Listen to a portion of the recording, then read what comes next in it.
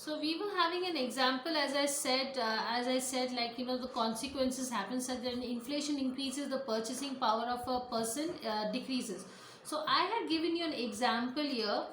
For example, if the inflation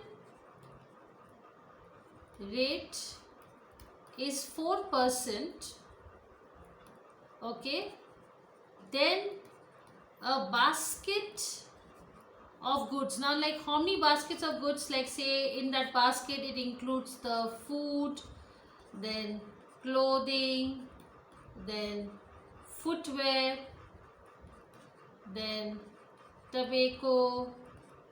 Okay, I'm just giving an example. Electricity, etc. Okay, so that cost rupees 100 in 2016 and 17. Okay, now the next year it will cost rupees 104 in 2017 and 18. So you're understanding, every 4% it is increasing. Okay, so what is happening is that means every year you need more and more money you require to purchase the same basket of goods of like food, clothing, footwear and tobacco. Because of 4% increase, every year the money cost is increasing. Okay, so we need more money to purchase the same basket of goods and services. So you got my point. So this is what is happening. So here what is happening is money purchasing power is falling down, and more money is required, because what you were getting in that 100 rupees in 2016, the same value is decreasing because you need now more money of 104 rupees in 2017, and I'm sure by 2019 and 20 you will be needing 110, and so on. So what is happening is the purchasing power is decreasing and money is increasing. Okay, now let us understand another phenomena that is called as inflation rate. Okay, so next we will talk about is inflation rate. So inflation rate is very important, because this is the way you will understand that how much is the price increasing in a country. Okay, so what is inflation rate? So inflation rate is the percentage change in the price level from the previous period. So how the price has changed from the last year. So if you remember, 100 rupees it was there in 2016 and 17, and then again it increased to 104 from 2017 and 18. So that is the price level from the previous period. Okay, now I'll give you another example. Say if a normal basket of goods was priced at rupee 100 last year, and the same basket of goods now cost rupee 120. So obviously now you can know what is the rate. Yes, then the rate of inflation is 20%. So it is as that simple. So 100 and 120. So you can see 20% is the jump. Okay, so that is what is very important here also. So that is the price in the year second minus the price in the year first. Okay, upon the price in the year first is into 100, it will get you the inflation rate. So that is so easy.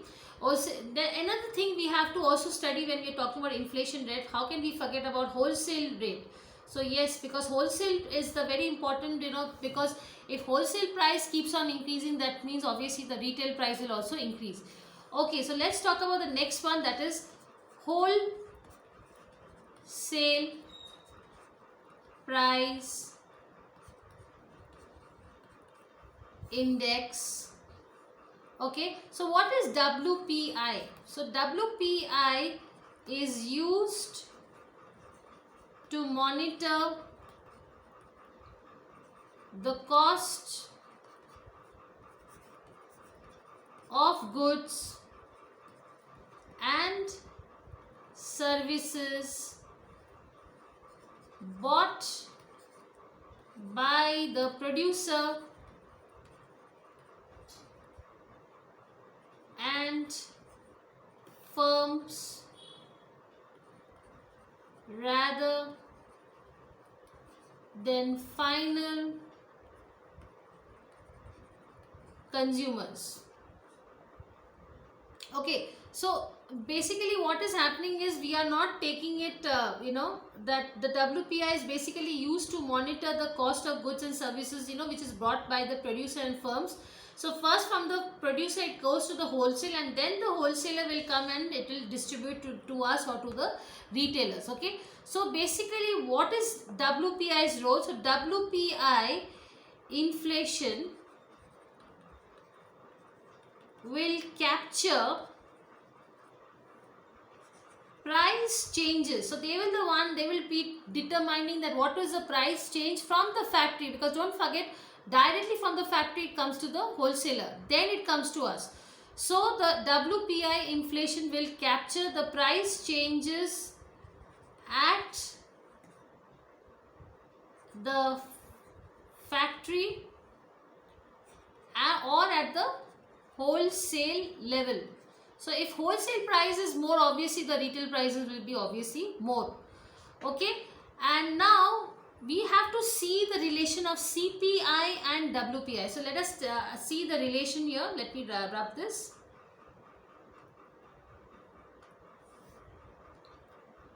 Okay, the WPI, that is wholesale price index, and consumer price index are different indices and are used for different purpose. Okay, so both are very different and both are very useful and both are used for a different purpose.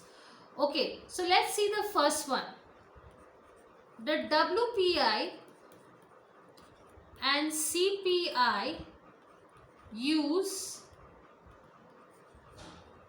different basket of goods to calculate the inflation. So it's very important because one is talking from factory and one is directly talking from the consumers. Okay, so here it is related to consumers, another is related to factory and only industry or to the producer. So very different, both are very different. Then the second one, the weights assigned to food, fuel, manufacturing items, etc. are also different. Why different? Because obviously, here that is only for the from directly from the producers, they are taking in bulk. Okay, and here they are only directly they are taking from the wholesaler. So here it will be smaller, the weight, the fuel, everything will be smaller size, the consumer price index, and this will be in a bigger amount. Okay, because they are wholesalers, they will take mass distribution and then they will give it to all the consumers. Okay, and the next third point, so let me just wrap this. Yes, the third point, the WPI inflation does not capture price changes of services, but the CPI does. So it is nothing to do with the services or not. It is just giving the distribution, is buying the goods from the producer and directly it is giving to the retailer. So it is nothing to do with the services, but the consumers, yes, depends the entire thing. The CPI is directly related to services. So that is why the WBI inflation does not capture the price changes of the services, but the CPI does. Okay. Now let us go with the next indicator. Let me stop this and let me go with the next one. So another very important term is called as the GDP deflator. Again, I am repeating it. It's called as GDP deflator. That means gross domestic product. So deflator. Now what is the meaning of this? Let me write it down. Another important measure of calculating standard of living of the people is GDP deflator. So apart from CPI, this is also another important measurement of calculating the standard of living of the people in GDP deflator. Okay, so let me continue this. Yes, we will just continue this because we will keep on writing now. Very, very important. So let me continue this. GDP deflator. Okay. So as I said, it is another important measurement of calculating the standard of living of people is the GDP deflator. Now, GDP deflator is the ratio of nominal GDP to real GDP. So they can ask you a question that what is the ratio? So the ratio is the nominal GDP to real GDP. Okay. So what is a nominal GDP? So first let us take a distinction. So first we will write about is nominal GDP so that you understand this better. So nominal GDP is measured at the current prices, whereas so the real GDP, okay, is measured at the base. So base is always considered as 100 base year prices. So very important. So nominal GDP is always done at the measurement of the current prices, whereas the real GDP is measured at the base year, and base year is always we consider as 100. So this is just a base year for calculation for your mathematical purpose. You know, in maths we generally take the base year as 100 here. So I'll give you an example so you understand this better. So just let me rub this. Yes, so I will write an example. So this is very important. So first, what we understood by GDP deflator. So GDP deflator, okay, reflects the current level of prices relative to prices in a base year. Now example I am writing here. In India, the base year of calculating deflator is 2011, 2012. So generally whenever you do any calculation, you always take this year as a base year, that is 2011 and 12. So different countries have different base year. Okay, so now we will understand the difference between CPI and GDP deflator. So let me drop this first.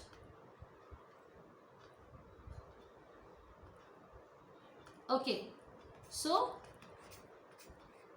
difference between, so the first one I'll write is CPI. Okay, so what is the CPI? Now CPI, this is for you to remember so that you don't make a mistake. So CPI reflects the price of goods and services bought by the final consumers. So this you should remember, this is a very vital point. So GDP is a very different, because CPI reflects the price of goods and services bought by the final consumers. Okay, now let's talk about GDP. So GDP deflator, what is their difference? It reflects the price of all the goods and services produced in the domestic market. So domestically, if I tell you, it is like in the domestic market, because gross domestic product means anything which is produced inside the country, domestic. So that is why it is domestic. So that is, this is the first point of difference. This is the first point of difference. Let us go with the second point of difference. So let me grab this.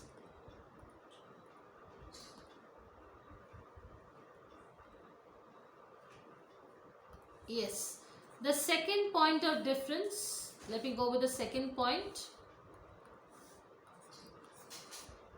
Okay, the second point of difference here, I will tell you example, I'll give you an example so that you can understand. So let us first take an example of CPI as an example. So suppose the price of a satellite to be launched by ISRO increases. Suppose, now even though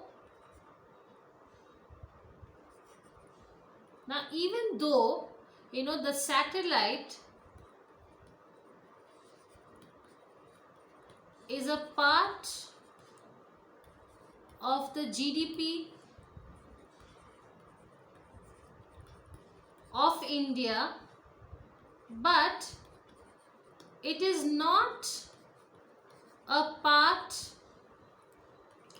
of normal CPI index. What is the reason? Very easy reason. It is a part of GDP, but it's definitely not included in consumer price index, for the simple reason because we don't consume satellite, right? So since, very easy example so that you remember, we don't consume satellite. So that's very important. Let's see the same example we can take with, with the same example we'll take it for GDP deflator. Okay, that same point, example of GDP deflator. So here what will happen is the price rise of ISRO satellite will because as a mass we are buying, right? We are purchasing in wholesale, so will be reflected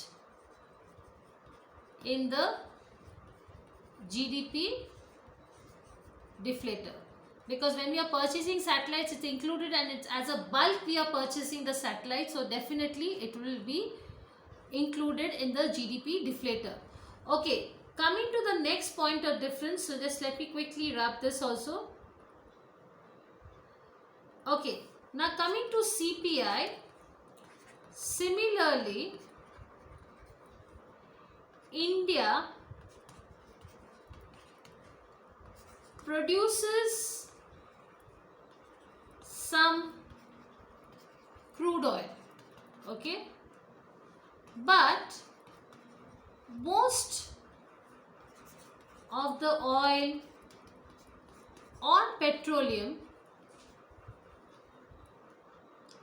is imported from the West Asia. Now because of this, what happens, so as a result, okay, when the price, now this is a very important point, when the price of oil or petroleum product changes, it is reflected. We can have, we suffer because we consume oil and petrol directly, so definitely it is suffered. So it is reflected in the CPI basket, okay, because as you say, it's a larger share, petrol is a larger share in CPI. Tell me why? Because see, petrol, diesel products, they are absolutely responsible for the consumer price index, because most of the consumer goods are coming by roadways, by either by trucks or by transportation, so everywhere you need petrol, and that is why it is reflected in the CPI basket, as petroleum products, they constitute a larger share in the CPI, so definitely it will be reflected in CPI. What about GDP deflator? Will the petrol prices include there also? Let's see this. So let me rub this. Now in GDP deflator, the price change of oil products is not reflected, because it's not, there is no difference here. I'll tell you why. It's not reflected, not very much, little bit in the GDP deflator, since I told you GDP is only included whichever is domestically produced, and we don't manufacture oil in the domestic areas in India. Domestically, our manufacturing of oil and petroleum is very poor, so we do not, that is the reason, that is why in GDP deflator it is not much reflected, since we, so I'm writing the answer here, since we do not produce much of crude oil. Okay, so I hope you have understood this point. Let us continue the differences. Some more points are also there. Okay, now coming to the next point about CPI. So CPI compares the price of a fixed basket of goods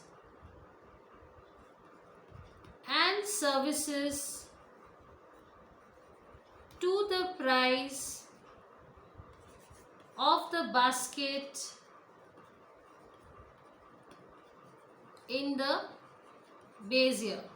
So I told you the base year in India is 2011 and 12. So please understand this. See, it compares the price of a fixed fixed basket of goods and services to the price of the basket in the base year. So whatever, say for example, whatever is the base year, that is 2000 level, that will not change, but every year the fixed basket will be changing. So that way we can understand the difference, that looking at that how much the price has increased or decreased. Okay, but what about GDP deflator? Okay, so let me just rub this. Now in GDP deflator,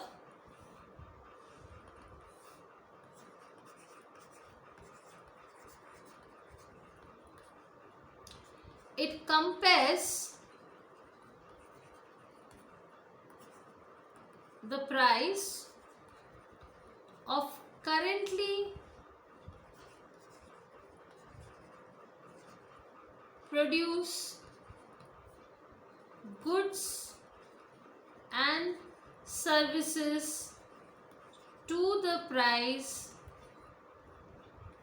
of the same goods and services in the base year. So thus what happens, thus the group, of goods and services used to find GDP deflator, what happens is it automatically changes, so deflator changes automatically over time. So this is very important, so we can just read once more. See, it compares the price of currently produced goods. Okay, so every year the current prices are done, and the services to the price of the same goods and services in the base year. So what happens is automatically, every year the current produced goods and services are automatically included in the base year, and automatically it will be keeping on reflecting that, because what they will do, it's the same procedure every year. They will compare the price of currently produced goods and services to the price of the same goods and services in the base year. Again next year they will do the same thing. Again third year they will do. So what is happening? There is no changes. There is no new products to be added here. Okay, the same thing they are just doing is the base year. But whereas the CPI, it compares the price of a fixed basket of goods. So here there is nothing fixed here. In GDP it keeps on changing, because every year the production can decrease or increase. But whereas in CPI it compares the price of fixed basket of the goods and services to the price of the basket in the base year. So that is the difference, and you have to keep this in mind, okay, because GDP deflator and consumer price index is very important. So I hope you have understood the difference. Now let us go with the next topic. So we'll go with the next one, that is